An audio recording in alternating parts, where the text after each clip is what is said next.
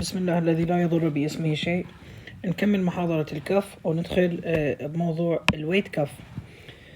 الويت كف، القحة الرطبة هي عبارة عن وجود مخاط داخل الجهاز التنفسي، وهذا شيء واضح عندكم. اكو نوعين من العلاجات المستخدمة للقحة الرطبة، مثل ما قلت لكم بالقحة اليابسة نستخدم بس الانتي تيوسف، اما بالقحة الرطبة نستخدم اكسبكتورانت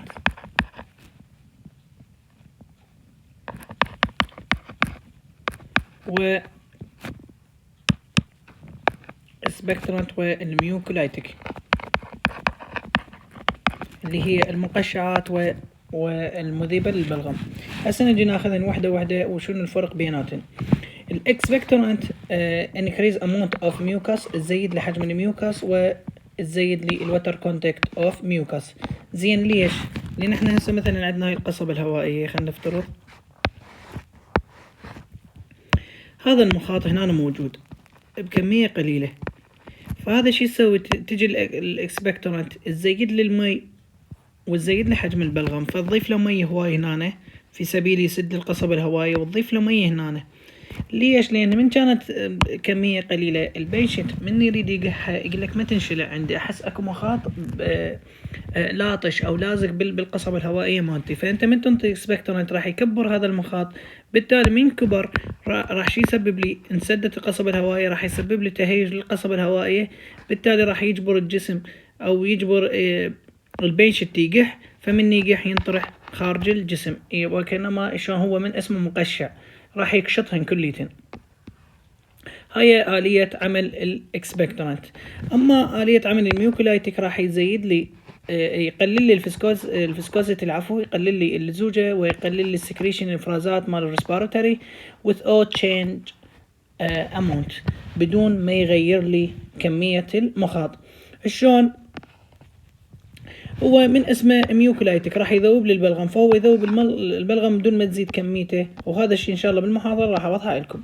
من ندخل للادوية مالتهم، هسه ندخل الادوية اول عائلة اللي هو عائلة الاكسبكتورانت. اول ادويته اللي هو جليسرين كوايكاكوليت اللي هو جوافنسين. شنو هذا الجوافنسين؟ جوافنسين عنده خواص غير خواص المقشع. شنو هاي الخواص؟ اللي هو مصر ريلاكسنت افكت اد انتي كونفنزنت افكت بروبرتيز، العفو. معناها بانه يستخدم كمرخي عضلي، ويستخدم انتي كونفنزنت يعني مضاد تشنجات، هاي التشنجات العنيفة اللي تصير بالجسم. حلو. بالاضافة لهذا الاستخدام يستخدم باستخدام ثاني، بانه هو يزيد لي تأثير او يزيد لي عمل الباراسيتول والنون ستيرويدال انتي دراجز. الباراسيتول معروف، النون ستيرويدال انتي دراجز اللي هو الايبوبروفين والبونستان وغيرها من المركبات، الاسبرين وغيرها. شلون يزيد العمل؟ مثلا نفترض الباراسيتول 70% شغله بالجسم، مثلا من تاخذه كومبينيشن ويا الجوافنسين راح الباراسيتول يصير عمله 100%. اوكي، وكأنما حفز لي شغل الباراسيتول 100%.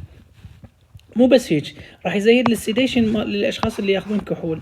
مثلا شخص ياخذ كحول او يتعاطى كحول، من تنطي جوافنسين، الكحول احنا ندري بيها هي تسوي سيديشن، فمن تنطي جوافنسين راح يزيد السيديشن او السيديتيف للاشخاص اللي ياخذون كحول. مو بس يعني مو خلينا نقول اثناء استخدام للكحول، ممكن هو استخدم كحول، خلينا نقول مثلا البارحة، تأثير الكحول بعدها عنده، بعده موجود براسه، فانت من تنطي جوافنسين فراح تزيد السيديشن للشخص اللي ياخذ الكحول، ويزيد الهايبنوتيك، يزيد المهدئ، وانتي انكزايتي، يزيد ازالة القلق.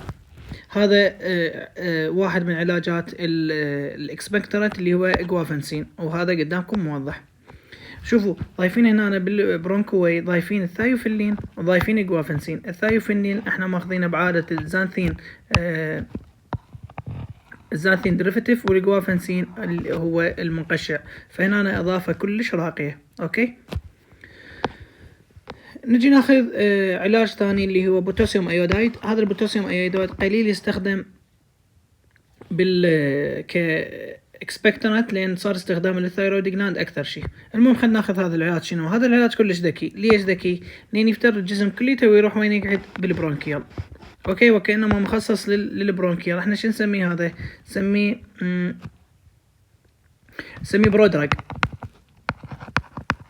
اوكي، برودراج يعني انا علاج مخصصه وين يروح للبرونكيال.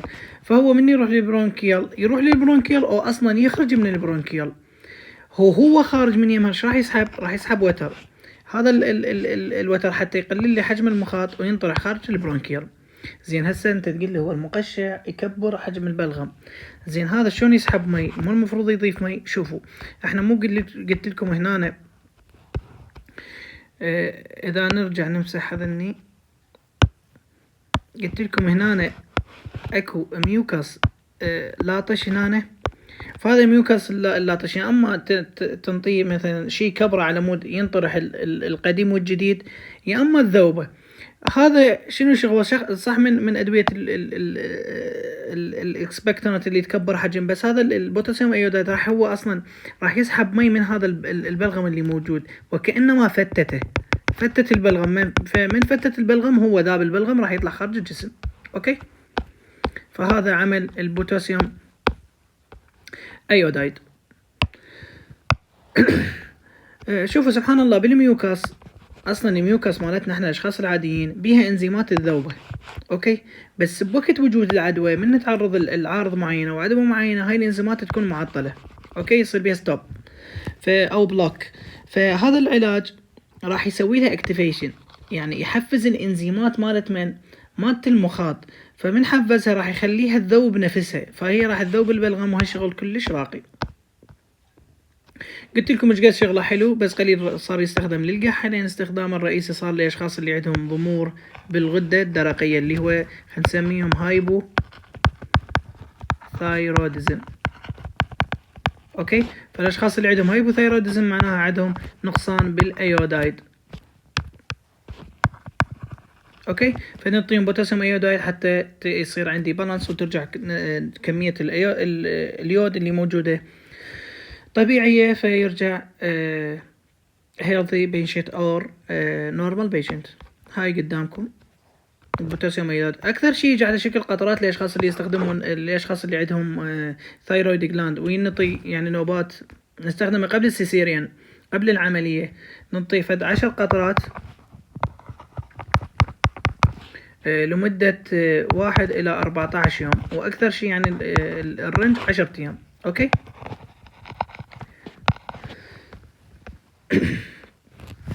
السايد افكت مالته ميتاليك تيست، طعمه مو حلو، مو يعني خلينا نقول مر ما ينجرع، لان هو يود. اريتيشن 100% لان راح يسوي لي اريتيشن، والرجيك سكين، وثايرويد ديسفكشن. لان انا ليش ثايرويد ديسفكشن؟ معناه لما هو يستخدم للثايرويد، لان انا اذا انطي للشخص اللي عنده قحه ما حددت بانه عنده ثايرويد لو لا، فمن ننطي للشخص اللي عنده قحه هنا معناها زيد للايود. اوكي، فاني شخص هو نورمال وانطيته يعني على سبيل بانه اني ازل القحه مالته الرطبه، فهو نورمال الثايرويد مالته، وانطيته هذا البوتاسيوم ايودايد، فزاد الايودايد، فصار بالثايرويد صار ثايرويد ديسفكشن. اذا نسيتوا اسمه او اذا نسيتوا السايد افكت، فاحفظوا كلمه ميتاليك تيست، ومن الميتاليك تيست اشتقوا الاسماء البقيه. من الام راح يكون ميتاليك تيست، ال AL allergy، والاي irritation، والتي ثايرويد جلاند. نجي على علاج اخر اللي هو امونيوم كلورايد. امونيوم كلورايد اسمه الشائع هو الازلين، وممكن نلقاه ويا كومبينيشن او يضيفون وياه علاج ثاني اللي هو فينيرامين، وهذا راح يكون اسمه افيبكت. شوفوا هذا اللي يعني هنا اكسبكتورت وانتي هيستامين، ضايفين وياه انتي هيستامين ثاني. هنا شوفوا هاي المادة الدايفنهيدرامين اللي هو انتي هيستامين، امونيوم كلورايد هو اللي هذا العلاج الازلين، صوديوم كلورايد والميثويل، الميثويل على مود الطعم، وصوديوم كلورايد ستريت العفو على مود يحسن لي الامتصاص مالته. نجي على اخر علاج من هاي العائله اللي هو الابيكا. الابيكا انتم ماخذينها بالعقاقير مرحله ثالثه، هاي مستخلصه من نبات عرق الذهب، لها استخدامات عديده. شنو استخداماتها؟ طارد للبلغم هاي بالوجه. ثاني شيء هي ماده محفزه للتقيؤ، يعني شخص من يتعرض خلينا نقول بالاخص بالاطفال من يشربون زاهي او يشربون نفط عن طريق الغلط او عن طريق الخطأ العفو، فراح يصير عندهم تسمم، او ممكن شخص هذول بالاخص بالصناعي لو يسحب غاز، لو يسحب بنزين وهيك امور ويتناول ماده عن طريق الغلط، راح يصير عنده تسمم. فانطي الابيكا بجرعه معينه على مود تحفز لي التقيؤ، وشلون خلينا نقول نغسل المعده. اوكي، فعلى مود من يتقيأ راح تنطرد الماده اللي يتناولها عن طريق الخطأ. هسه ندخل بمحاضرة أو خلينا نقول بالتايب 2 من علاجات الويت كاف اللي هو ميوكولايتيك دراجز. ميوكولايتيك دراجز مثل ما قلنا هي ذوب للبلغم. ما دام الذوب للبلغم يقول لك should be used with caution in patient with peptic ulcer. ليش with caution with peptic ulcer؟ هسه راح نوضحها لكم من ناخذ علاجاتها. بالمناسبة ضيفوا لها استخدام ثاني اللي هي بعد العملية. دائما بعد العملية يكتبون علاج من عائلة الميوكولايتيك دراجز. ليش؟ لأن أنت بالعملية بالأخص العملية اللي يكون بها تخدير أو بنج عام، لأن البنج عام راح يسوي لك الروتيشن وين؟ يعني من يفكك البنج انت راح تحس يعني خلينا نقول صدرك ثقيل، لان البنج متشبع بجسمك كليته عن طريق الهانيشن. فمن تحس يعني من صار عندك احساس بانه صدرك ثقيل انت تريد تقح. اوكي، فمن تريد تقح وانت خلينا نقول خاضع العمليه، بالاخص العمليه السيزيريان العمليه الجراحيه، بانه انت مخيط. ما دام مخيط انت ممنوع تقح، لان هاي القحه مالتك ممكن خلينا نقول تفتق العمليه او تفتق الخيوط، فينطونها على مود الذوب البلغم اللي صاير لك بسبب شنو؟ صاير لك بسبب الروتيشن اللي صار بصدرك، فعلى مود لا تقح. وعلى مود البلغم اصلا انا ما اريد اكبر حجم البلغم والطرحه، فانطيك عائله الميوكولايتيك على مود البلغم هو ينطرح بجسمك بدون ما تدري. اوكي، وليش with caution البيبتيك ألسر؟ هسه نوضح لكم العملية. أول علاج من عائلة الميوكولايتيك دراجز اللي هو البرومو هيكسين. برومو هيكسين هذا يروح للبرونكيال جلاند ويتداخل بتكوين المخاط. أوكي، أو يدخل بتكوين المخاط. يعني هو شلون بأنه هو يروح خلينا نقول يجي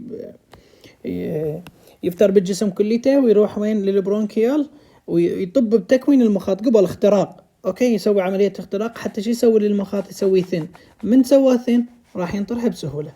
زين، المعدة ايش داخله؟ المعدة بيها ميوكاس، وهذا الميوكاس يحمي المعدة من الحامض. اوكي، فاذا قل الميوكاس هنا المعدة راح تتضرر. اوكي، فراح تصير عرضة للحامض، وممكن شي يصير عندي قرحة او خلينا نقول اذية للاشخاص اللي عندهم قرحة. اوكي، لان احنا قلنا هو يتداخل بتكوين المخاط، وبالمقابل المعدة همين بيها مخاط، فممنوع انطي لاشخاص اللي عندهم قرحة. فمن الصرفون هذا العلاج البروموهكسين او اي عادة من الميوكولايتيك دراجز لازم تسأل المريض عندك قرحة؟ اذا عندك قرحة ممنوع تنطي إلى، لان هنا انت راح تهدد جدار المعدة، بالتالي راح تخلي البيشنت اكثر عرضة للهايبر اسيديتي. اوكي، وهاي العلاجات موضحة أمامكم. العلاج الثالث اللي هو ان اسيتايل سيستين او نوبات يسمونه اسيتايل سيستين. هاي الان هي كيميكالي هو ميوكولايتيك with anti-inflammatory and antioxidant effect, decrease thickness. ندري بيها يقلل الثيكنس اللي هو viscosity of the mucus secretion in the gland. عمله شلون؟ احنا نعرف الخيوط او المخاط هو عبارة عن خيوط من الجلايكو بروتين. هاي الجلايكو بروتين مرتبطة مع بعضها البعض بواسطة جزيئتين من السولفيت. هذا السولفيت شوفوا هسه شلون هذا، خلينا نقول هذا المخاط، او خلينا نسوي بشكل اخضر حتى يكون شوية توضيحي. هذا المخاط اوكي، هذا المخاط عبارة عن شنو؟ جزيئتين من السولفيت، سولفيت منه وسولفيت منه. فهذا العلاج يجي يضيف اتش، يجي يضيف اتش هنا واتش هنا، اتش هنا واتش هنا، اتش هنا واتش هنا. فهذا الاتش راح شو يسوي لي؟ راح يكسر لي جزيئتين السلفيت، فمعناها المخاط صار متقطع. ما دام صار المخاط قطع لي المخاط او منع ارتباط المخاط، فهنا معناها شنو؟ معناها كسر لي الميوكاس، بالتالي راح يتفكك مثل ما قلنا وينطرح بسهولة. هذا العلاج له استخدامات غير ميوكلايتك. يستخدم إذا شخص صار عنده ينضب بشكل آيفي، إذا شخص صار عنده تسمم بالباراسيتول، أو إذا شخص خذ باراسيتول بجرعات كبيرة. ممكن ينطي بعلاج العقم infertility لين يقلل لي decreasing sperm viscosity thus enhance its motility. يستخدم بالعقم لين يقلل لي اللزوجة مال النطف. ما دام قلل اللزوجة مال النطف معناها حسن حركة النطف، يعني خلينا نقول بانه حسن حركتها حتى تتجه للبويضة ويصير عندي تلقيح. العلاج الثالث اللي هو امبروكسول راح شيء امبروف ميوكاس فلو، راح يحسن من تدفق الميوكاس ونقلها خارج الجسم، ترانسبورت. it is active metabolite of bronchohexine او بروموهكسين عفوا. هذا شنو شغله؟ احنا بالرئة عندنا عندنا سورفاكتنت. هذا العلاج هو ينبه للسورفاكتنت بالاخص تايب 2. فهاي التايب 2 تكون مبطنة للشعب الهوائية، بالتالي من ننبه للسورفاكتنت راح يمنع التصاق المخاط بالشعب الهوائية، وكأنما خلى الشعب الهوائية خلينا نقول مو لزجة، خلينا نقول الزحلق، خلينا نسميها الزحلق، اوكي، حتى شنو؟ حتى المخاط ما يلزق بيها، بالتالي راح تساعد بخروج المخاط من الجهاز التنفسي. هذا الامبروكسول واضح قدامكم. الكاربوسيستين شو يقول لك both mucolytic and expectorant effect, also has antioxidant effect and anti-inflammatory effect with muco-regulatory properties. هذا العلاج آلية العمل مالته نفس آلية عمل البروموهكسين، يعني هم شي يسوي لي؟ يروح وين هذا البروموهكسين حتى يكون شنو واضح عندكم؟ يروح للبرونكيال جلاند ويتداخل بتكوين المخاط. هذا العلاج أمامكم. العلاج الآخر اللي هو أردوستين شي يمتلك خواص أنتي أوكسيدنت، يعني حال الأسكوربيك أسيد اللي هو فيتامين سي. هسه نجي للأدوية اللي تستخدم للقحة وتكون عشبية. شو نسميها؟ herbal mixture. herbal preparation usually contain one or more of this herbal. ممكن يقول لك هذا العلاج العشبة ممكن يحتوي على عشبة واحدة أو أكثر من عشبة. ياهن هذا الواضحات قدامكم: الإيفيليفز والهوني والجنجر والكامفور والتيليا جوافا والفينول والبيبرمنت.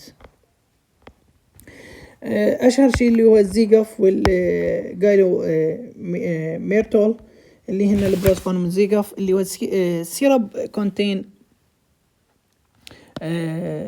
كلابرا which can raise the blood pressure، يرفع لي البلد بريشر، فهو ممنوع للأشخاص اللي عندهم ضغط.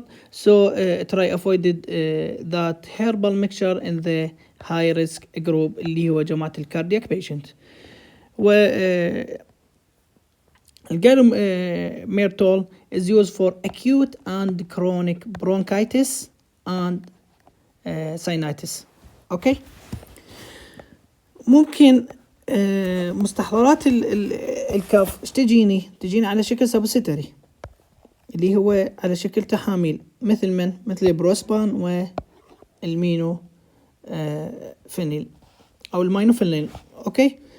اللي هنا احنا ننهي محاضرتنا، ان شاء الله نلتقي بمحاضرة اخرى وتكون اخر محاضرة ان شاء الله. استودعكم الله.